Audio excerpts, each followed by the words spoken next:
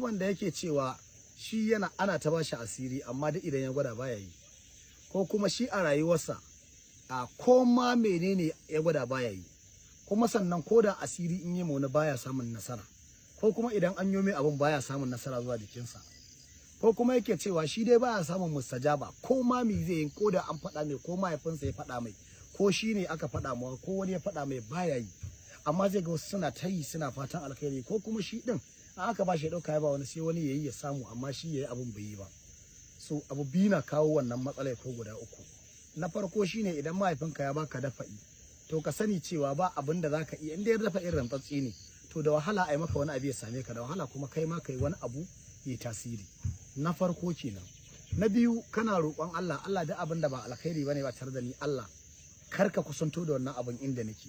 To za ta iya yiwa abin nan da kake so kai ko da wani lokaci ba alkhairi bane, Allah yake tare maka daga sharrin abin da kake son kai. Na uku shine akwai wanda kana yin asiri ne, kana so ka ci nasara, kana so ka warware abubuwan da suke damuwanka, jefa an maka, kazanka ya ɓace, kaji an ce baban mutum ya mutu lokaci ɗaya, yarsa ta mutu, ko an sace yarsa, ko kuma ya kare, ko kuma an yi azan da shi, ko kuma wayar shi an sace. Akwai wanda duk lokaci ɗaya za ga irin wannan abubuwan suna faruwa da shi, ko kuma bai da lafiya, ko yarsa ko matarsa abin da za a ci ma yana gagaransa. Ana samun irin wannan mutanen sosai. Ubangiji Allah ka fitar da mu daga cikin kuncin mugun yanayi, ka dukkan inda musulmi ma yake, Allah ka raba mu da shiga irin wannan matsatsalin.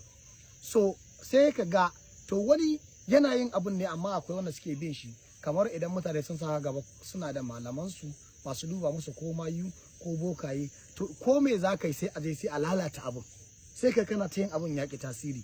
So don haka zan baka sirri wanda zai karfafa ma taurarinka, sannan albarkan manzon Allah sallallahu alaihi wasallam, duk abin da kai zaka samu sajaba kuma zai samu karbuwa. Kwarjinin ka zai dawo, jama'ar ka za ta dawo, muhibbar ka zai dawo, zaka dawo cikakken mutum wanda ake son a gani a alfahari da shi. So inda ake wannan abu ne wanda bai da wahala, bana bada sirri wanda na san zai bada mutane wahala. Ruwan lahu ne, ruwan lahu ce, ana yin wannan ruwan lahu kafa uku ne amma salo gari ta. Da rana zaka tashi, zaka yi lafula raka'a biyu, zaka yi kowace raka'a ɗaya za ka karanta mata ayar da kaga dama. Idan ka gama, lokacin da ka je su ruku'u na ƙarshe za ka karanta qul huwallahu kafa uku, za ka karanta qul huwallahu kafa uku. Bayan shine ruku'u na ƙarshe sai ka sallame ka roki Allah, Allah ka samu sajaba a cikin abin da nake, ko da malami ne kai zaka iya. Tsakanina da Allah gaskiya nake faɗa ma, in kai zai yi, in Allah ya yarda Allah zai yanke maka wahala da kuncin da kake ciki, ko wane ne kai. Lokaci na farko kenan, tsakiyar rana kenan, kawai misalin a kafin karfe 2 zuwa 12 zaka iya yin wannan.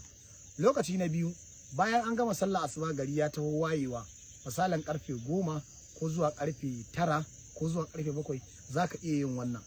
Lokaci na uku, bayan an gama komai za a kwanta bacci, zaka iya yin wannan. Albarkacin manzon Allah, kuma wannan ana yi ne so ɗaya a rayuwa, kaga a rana ɗaya zaka zauna kai, bai da wahala.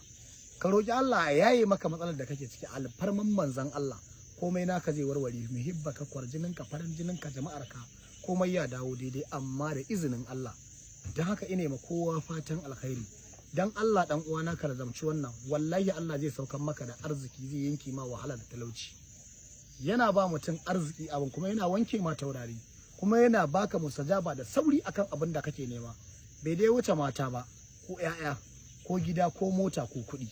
Duk bala'in ka ba zai wuce wannan ba, ko kuma ziyartar manzon Allah sallallahu alaihi wasallam. Wannan shine duka burin dan adam, kuma sai ka faɗi kuma ka mutu, ko kuma in ce Allah ya karɓa rayuwarka ka tafi cikin aminci, Allah ya sa a karɓe ka a ma kyakkyawan masauki. So da haka ubangiji Allah ka sada mu da annabin rahama sallallahu alaihi wasallam. Maulidi na ya kusa, zan faɗa wa masoya in Allah ya yarda. So ga account ɗin mu nan guda biyu, na yi target ɗin shi a nan, ku shiga ku following ɗin mu, akwai nawa akwai na yaro na. Ine ma kowa fatan alkhairi daga naku Halifan Fada Jibiya.